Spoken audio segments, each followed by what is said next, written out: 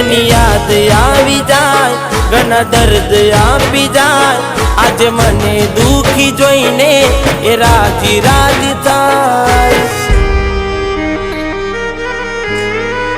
હવે ઉદાસ થઈને માગું મોત આજે, એકલો ના મારાથી જીવાશે એ કોણ જાણે। એ મારા નાથ મને